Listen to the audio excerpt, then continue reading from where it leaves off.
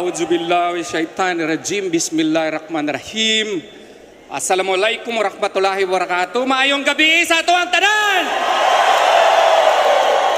Tatag pa ba tayo? Suportahan ba natin si Pastor? Mga kaibigan, ako po si Attorney Israelito Bobet Torion.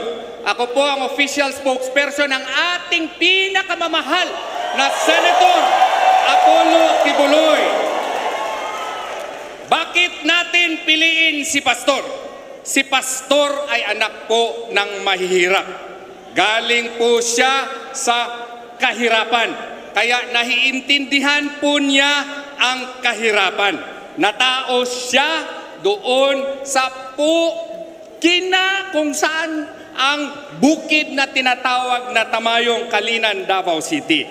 Ang kanyang mga magulang ay mga Pampanggenyo. Kaya yung mga Pampanggenyo, nire-request namin kayo na suportahan si Pastor Apollo Kibuloy.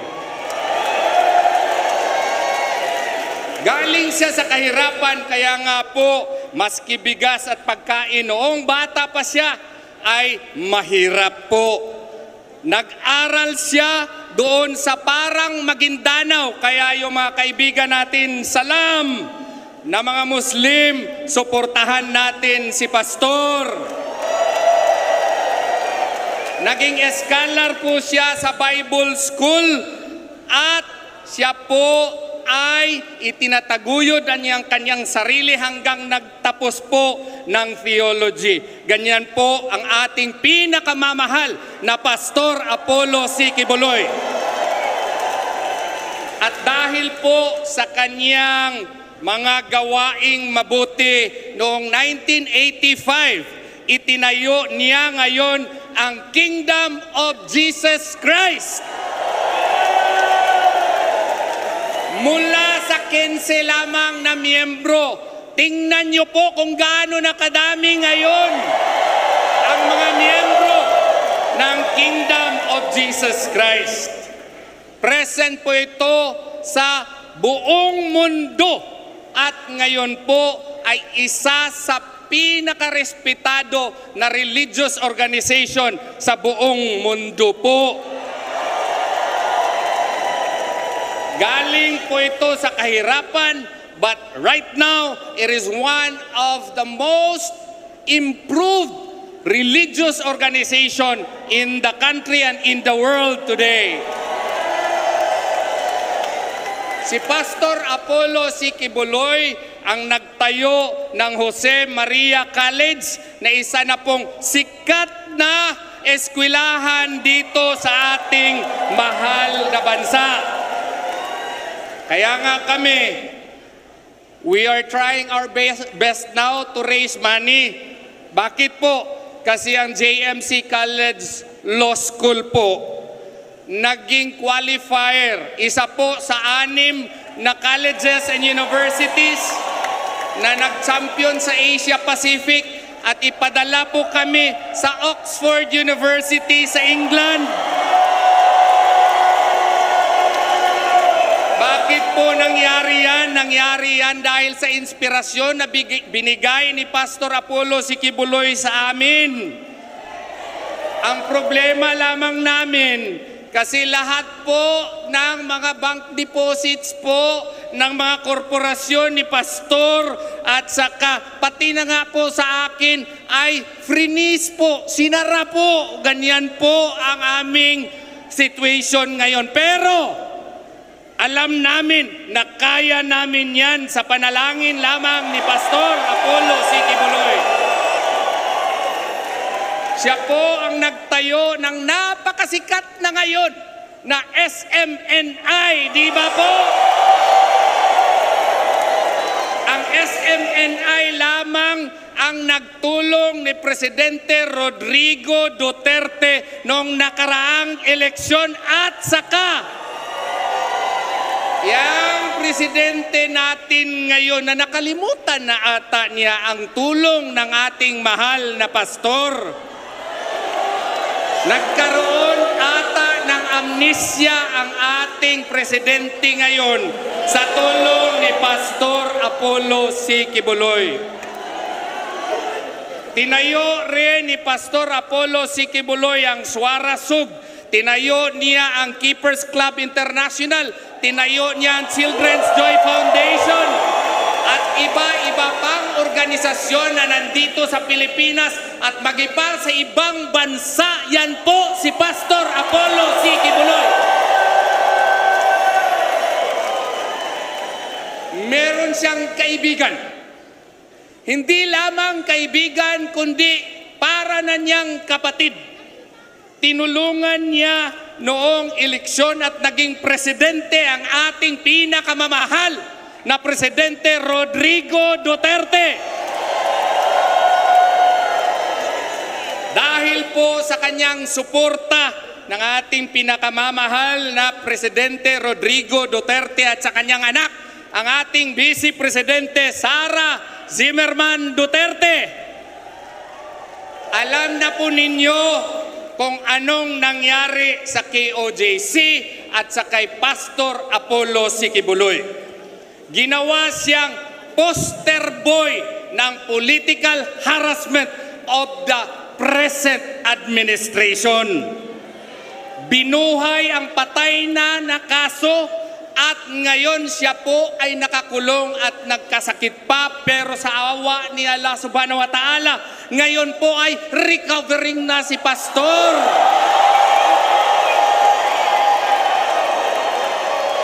Pero may sakit pa rin siya dahil po ginawa siyang example ng administrasyon na ito para matakot ang mga kababayan natin na suwayin ang present administration ngayon. Tanong, papayag ba kayo niyan?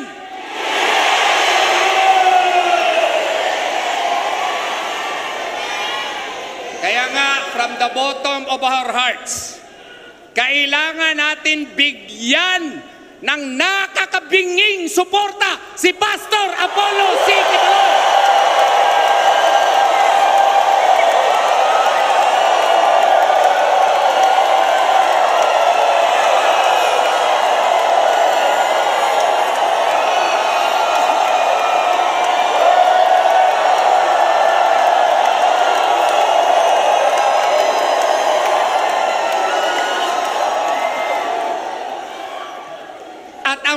Suporta sa kanya has become more compelling in the light of the developments, political developments in our country today.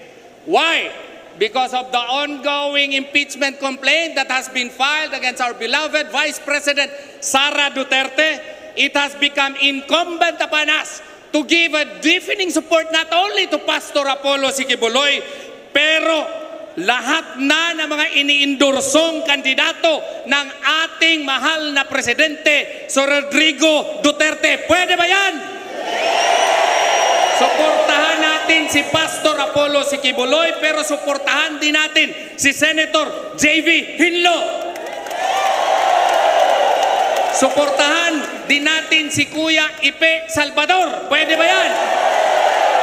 Suportahan din natin ang magiting matalino na abogado si Attorney Raul Lambino. Suportahan din natin ang ating pinakamamahal na matapang na general. Sino yan? Si Senator Bato de la Rosa. Suportahan din natin ang gwapo, matalinong abogado. Sino yan? Si Senator Jimmy Bundok. Suportahan din natin ang mga kandidato pang iba. Kundi, sino yun? Yung ating Mr. Malasakit, Senator Bongo. Suportahan din natin yung mahal ni Presidente Duterte. Sino yun? Ang suportado po ng mga katutubo natin, si Senator Kapuyan. Suportahan din natin yung mga party list na nandito po at nagsalita ngayong hapon at ngayong gabi. Pwede ba yun? Bakit po kailangan natin silang suportahan? Suportahan natin sila because just in case yung impeachment complaint po ay ipapatuloy sa next na Senado. Kailangan natin ang kanilang suporta para hindi makuha yung required 2/3 vote ng Senado. Kaya kailangan tayo, vote straight tayo ngayon na eleksyon.